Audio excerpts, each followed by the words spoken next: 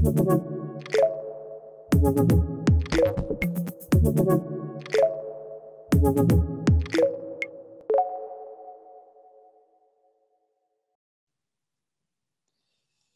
você. Joia. Dá para ver a telinha aí, né? Sim, já estamos vendo. Então tá, vamos lá, bom dia. Bom dia para quem está acompanhando as palestras da Objective. Espero que você esteja em casa, ou onde estiver, mas em segurança, né? Você e sua família. Esses tempos esquisitos aí, né? Isso é muito importante.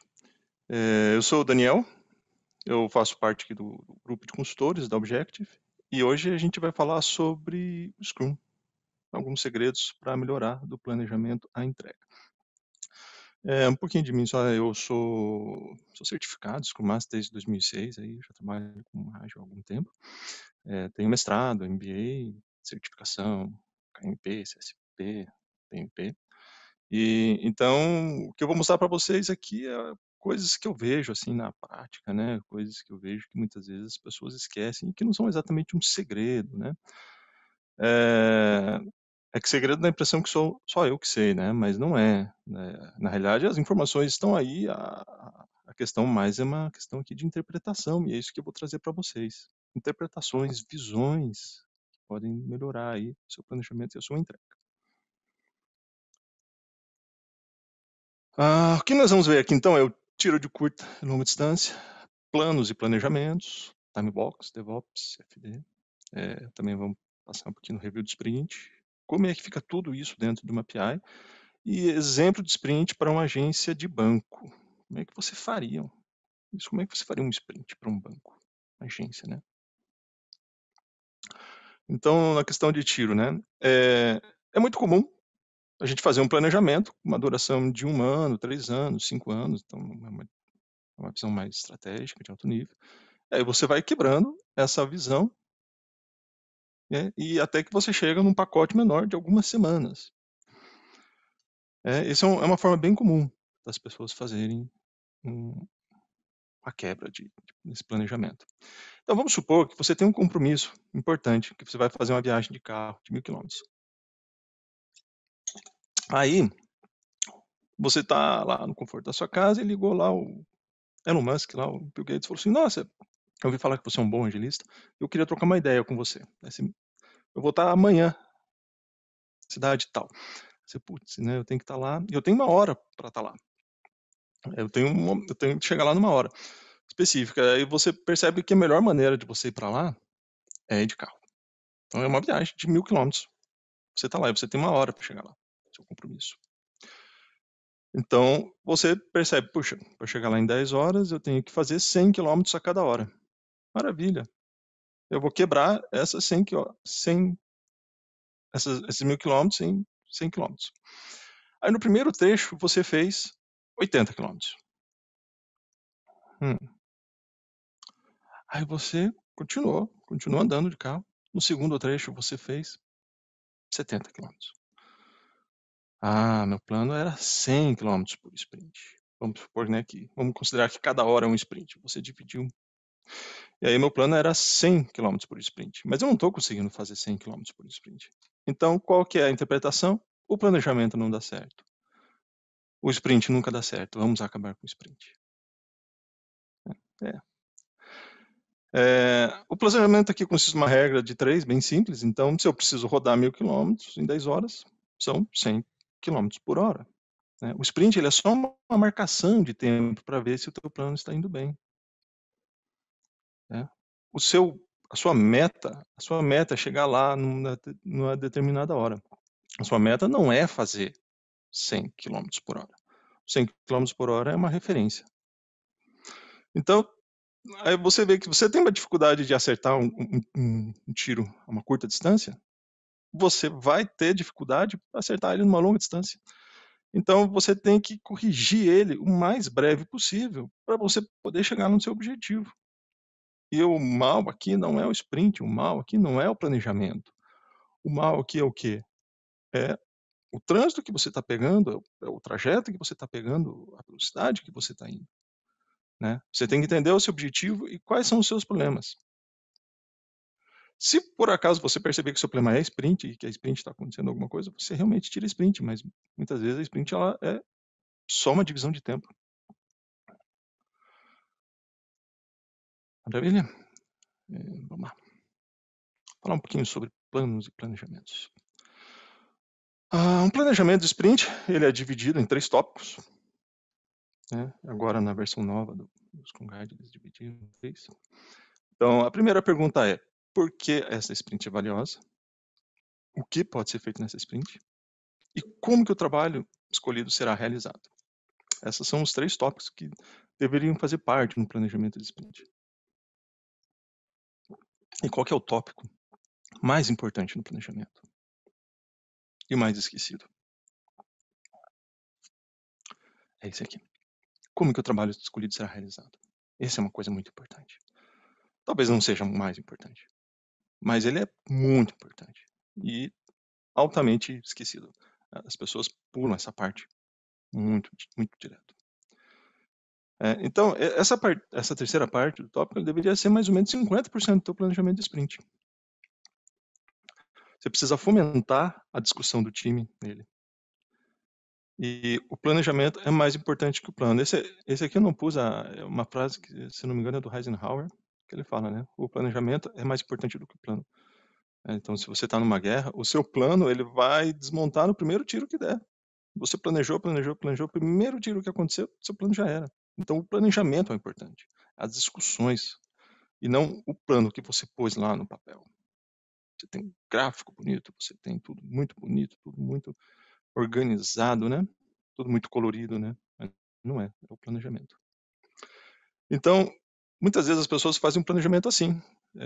Vamos fazer um planejamento de sprint, aí as pessoas sentam, aí vai ter um PO, um Scrum Master ou alguém lá, vai falar tudo que tem que fazer, vai perguntar, olha, a gente tem essas 5 histórias, vocês conseguem fazer essas 5 histórias? Elas são isso, as pessoas, sim.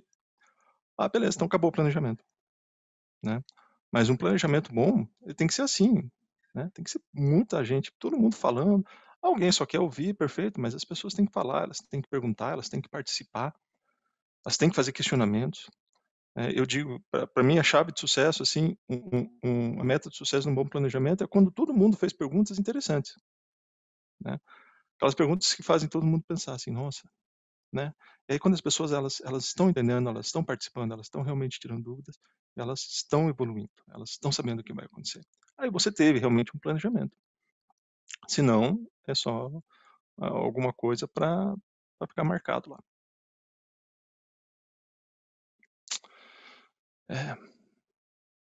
Vamos lá. Timebox, DevOps e CFD. Não sei se vocês já viram esse CFD aqui. Esse é um modelo de um padrão de CFD em que as pessoas atribuem ele a sprints. Se você vê essa escada, você vê que tem uma escadinha aqui no Done. E essa escadinha é sinal que você deve estar usando sprints ou iterações. E não é o ideal. O ideal é que ele acompanhe, seja uma subida parecida com o que tem no teste. E aí as pessoas dizem, nossa, eu só posso fazer deploy ao final de uma iteração, pois não está pronto antes. Enquanto eu não terminar o meu sprint, eu não tenho a história, o que seja. Não está pronto. Eu só posso fazer. E aí elas dizem, olha, sprint, DevOps não é compatível, não. Né? Vamos pensar isso num caso prático, aqui numa situação. Você tem um filho que está fazendo aniversário e ele quer fazer hambúrguer. Então, são muitos participantes e você resolve fazer um pomodoro. Você vai passar 25 minutos fazendo hambúrguer. 5 minutos, você descansa, bate um papo, vê como é que tá lá, né? O material para fazer mais hambúrguer. E mais 25 minutos trabalhando, 5 minutos descansando. E você vai dando vazão aos seus hambúrgueres. Então tá lá. Esse aqui sou eu, né? Gordinho, tempo de pandemia. Você fez um hambúrguer, você fez 2 hambúrgueres, você fez 3 hambúrgueres. Né? E você passou 25 minutos fazendo hambúrgueres. Você considera isso um sprint. Aí você ainda não terminou seu sprint, então ninguém pode pegar esse hambúrguer. É isso? Essa é a visão que as pessoas têm de sprint, né? Mas não, tá lá, você não vai deixar ele esfriar. As pessoas podem comer, podem servir. Então, se você tiver realmente essa abordagem, tem que deixar ela esfriando, porque eu ainda não terminei a minha iteração, meu sprint, meus 25 minutos de Pomodoro, realmente vai fazer sentido aquele teu gráfico de CFD, né? Agora não, você terminou, as pessoas comem, e essa é uma divisão de tempo que para você. É você que vai fazer por 25 minutos, não que as pessoas não possam se servir antes. Então, o time box ele ajuda na execução e no planejamento, né? Você sabe que você não vai se esgotar usando o Pomodoro. Você vai dizer, olha, esse é um tempo que eu vou parar, vou conversar com as pessoas, vou interagir um pouco, afinal também é uma festa. Mas você vai aproveitar esse tempo melhor. No exemplo da viagem, se você fizer mais de 100 km em uma hora, ótimo para você. Né? A cada hora é um momento de reflexão do plano e do objetivo. Você vai fazer o acompanhamento. Está dando certo ou não está dando certo? Eu tenho que acelerar ou não tenho que acelerar? O que eu tenho que fazer?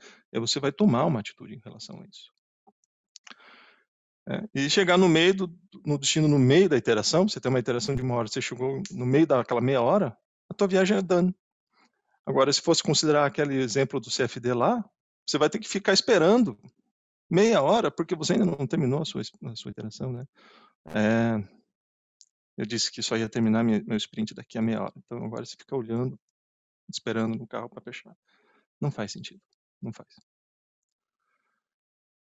Vamos lá. Review de sprint.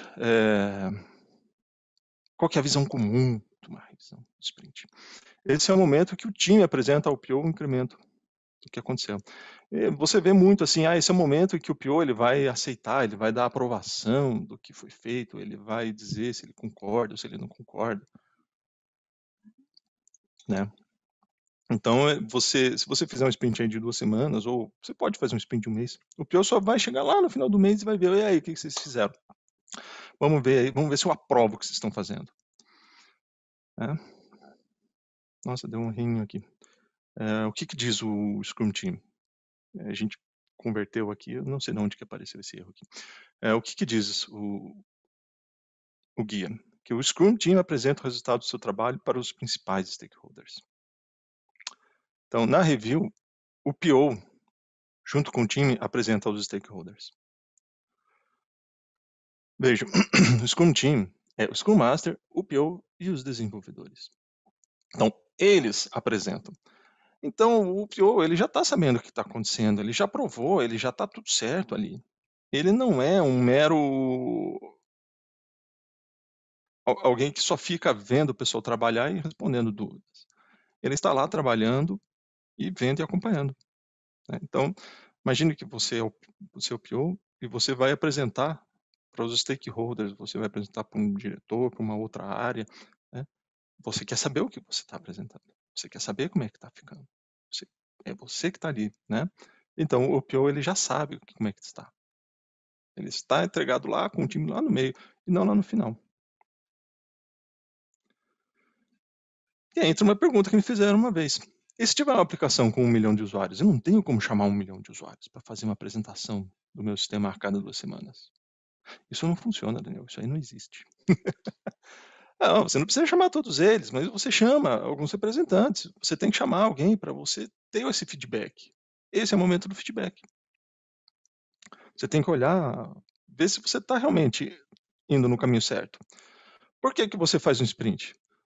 Você não vai chamar as pessoas a cada dia, a cada 2 dias. Terminei uma história, venham ver. Terminei outra história, venham ver. Terminei outra história, venham ver. Isso é uma marcação de tempo. Você chama representantes. E você vai ter alguém que vai. Né? Você tem pessoas que vão vir dizer assim, nossa, tá legal, eu gostei, não gostei. E o PO deveria estar apresentando. Quer dizer, o PO junto com o time, né? Eles deveriam apresentar, eles deveriam estar prontos para apresentar. Então não é só um momento de aprovação. E a questão aqui, né? Quando você segue esse modelo que o PO só tem que aprovar ou não aprovar, né? Muitas vezes você planejou alguma coisa no começo e ela vai entregar lá no final, lá 3 meses, 5 meses, 6 meses, não sei quanto tempo. Agora, o bom mesmo é quando você chama os stakeholders, você chama o pessoal de fora e você tem um feedback inesperado. Quer dizer, se você nunca descobre, nunca leva um tapa na orelha depois de uma review, né, e diz assim, meu Deus, a gente não esperava isso, a gente vai ter que replanejar, Então, talvez você esteja perdendo uma chance aí de fazer um waterfall, né? Tudo que você definiu no começo é tudo que você vai entregar lá no final, né? Não, você tem que chamar as pessoas, você tem que estar lá disposto, você tem que levar um tapa na orelha. Se você não levar esse tapa na orelha, sair desnorteado numa review, né? Você não vai, você talvez esteja perdendo uma boa chance aí de fazer um cascatinho, sei lá. Como é que ficam as cerimônias de uma API? Então, novamente, planejamento de uma API comum. Eles consideram que tudo que foi planejado deve ser entregue. Olha, a gente escolheu aqui 50 histórias no começo dessa API e a gente vai entregar. Precisa que entregue tudo isso daqui a 3 meses. Já está tudo definido, quais histórias vão ser em quais APIs, então só toca o baile aqui. A gente só tem uma iteração, uma Scrum para uma questão de, sei lá, né? Mas eu vejo isso muitas vezes, em muitos lugares, né? Eles quebram e não seguem mais, não fazem mais planejamento. E o planejamento, em todos os níveis, consiste em alguém explicando o que deseja e quando deseja. Então é aquele padrão, um fala e 50 ouve. Quer dizer, se você entender tudo que a gente falou lá em cima, você vai entender o que tem de errado aqui no planejamento de PI. Você vai saber o que você pode fazer diferente aqui para tornar isso um momento mais útil. E, finalizando, como é que a gente faria um sprint em uma agência de banco? Então, a primeira coisa que as pessoas vão falar é que não é possível fazer um planejamento com um sprint com uma agência de banco. Como é que eu vou saber o que vão fazer de pagamento ou saque amanhã? Essa é a imagem que as pessoas têm. No primeiro dia eu vou fazer 3 pagamentos, no quarto dia eu vou fazer 7 depósitos, né? Então, você tem que pensar num outro jeito. Um banco, ele tem planejamento, metas mensal, anual. Então, essas metas podem ser vender títulos de capitalização, um aporte de tantos reais em uma previdência, né? Tantas aberturas de conta. Então, vocês lembram lá do terceiro tópico do planejamento? Como que o trabalho será realizado? E aí você define que vai ter um sprint e os funcionários devem conversar, trocar ideias, como é que eles vão atingir esse objetivo. Você quebra, você tem que fazer uma meta mensal, anual, você quebrou quanto que você tem que vender de título de capitalização por semana, cada 2 semanas, e você vai fazendo esse acompanhamento. Se não houver esse planejamento, o que acontece? As pessoas vão sair vendendo, né? Puxa, mas elas não vão estar trabalhando com time. Elas não são um time. Elas são agentes autônomos, né? Cada um sai oferecendo. Agora, você quer que eles trabalhem como time? Você quer que eles sejam um time, trabalhando juntos para poder chegar lá no evento? Então é assim. E a Sprint Review, aí o momento que o time, né, o gerente pode apresentar para o superintendente, né, aí vai muito do caso, ou apenas os funcionários revendo status, né, serve para reforçar a identidade de nós. Né? Nós, como que nós estamos com as nossas metas. E é isso para que serve. Bom, então é isso, gente. Quase aí no meu tempo. Eu queria convidar vocês para preencher aqui conferir a programação, né, do stand. E também temos lá na sala da Objective o formulário lá de assessment para você concorrer, uma consultoria com o Marcelo. E muito obrigado. Bom, na realidade, dúvidas aqui não é online, né? Mas esse é o meu LinkedIn, esse é o meu e-mail, se alguém quiser trocar alguma ideia depois, conversar.